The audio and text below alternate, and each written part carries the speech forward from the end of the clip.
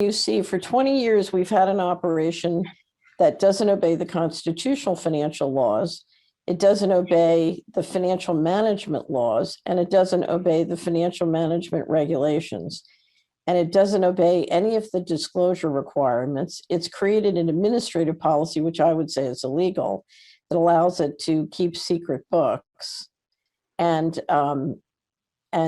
so if you look at, and it, in the process of doing this, it is blown by many fiduciary obligations, not only in the securities market and in the government, but in the pension funds as well, who've become complicit in all of this. And so if you look at basically a massive abrogation of just about every financial management law that the whole market stands under, including the fact that they have national security waivers so that private corporations don't have to obey SEC laws. You know, the perfect assessment of all of this in one sentence or less was when they asked the SEC to comment on FASB 56. You know, so they send the policy around in the equivalent of a regulatory process where all the agencies can comment. HUD says, oh, great, we need this, which is, why does a domestic housing agency need secret books? You know, that's question. But then you get to the SEC and you're talking about a policy that in combination with the classification laws, you know, makes it possible for all the, you know, the defense and bank contractors working for the government to violate the SEC laws, as well as making sure the treasury market has basically zero disclosure. So if you just look on a percentage basis, you're proposing a policy that abrogates disclosure obligations for 85% of the US securities market, is my guess. And what does the SEC say? This was my favorite part of the whole thing. No comment. Yeah. No comment. No comment. It's kind of like, okay, 85% of our scope of work disappears. No comment. Anyway, hard not to rant. And it's hard to know how to live and make decisions in this environment, right? Mm-hmm. I mean, I know for a long time, you know, we've been concerned about, you know, transparency and rule of law, but now we live in this, you know, we're living in la la land. Well, it's how do you? C.J. Hopkins calls it the cult, because we're pretending there's an SEC cult. So he has an article on COVID-19 called the Covidian Cult. You know, and you're supposed to pretend, yeah. You know, you're supposed to pretend that face diapers protect you, and you're supposed to pretend 2 will protect you more than 1, and you're supposed to pretend that 3 will protect you more than 2, you know, and he goes on and on about all the different ways that you swear allegiance to the cult. And a lot of it is agreeing with incoherent, non-scientific, you know, statements of science, et cetera, et cetera. But nowhere is the cult worse, in my opinion, than when it comes to U.S. government finances.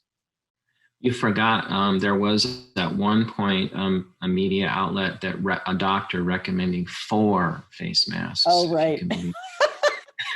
You know, I sent that to John Rappaport, and he said, oh, fabulous, we can cut off 100% of their oxygen. It is. And, you know, I don't know.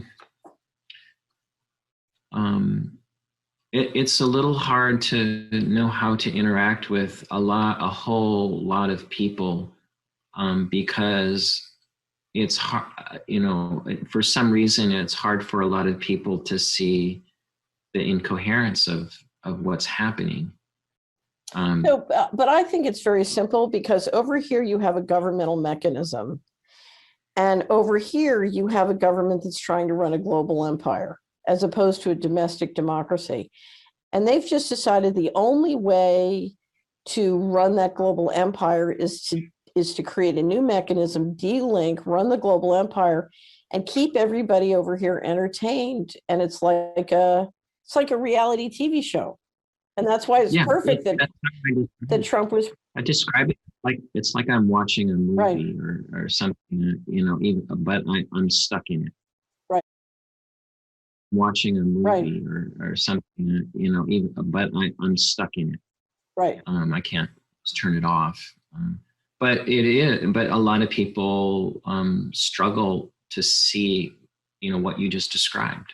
right, And so that makes it a challenge to just live life and have honest conversations with a lot of people, right, and there's a lot of conflict as well because people have very strong views. Whether or not those are informed views is another matter, but just the civility of being able to have a conversation is really, really difficult right now. right.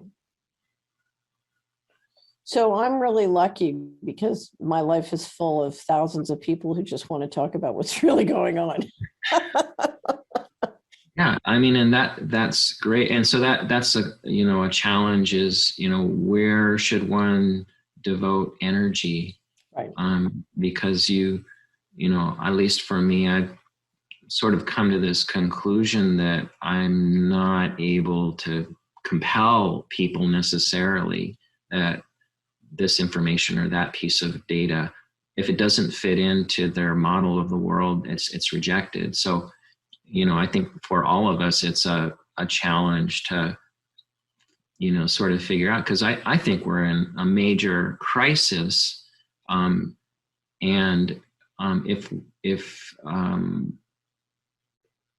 I think we're at risk of, as you talked about, losing any semblance of freedom.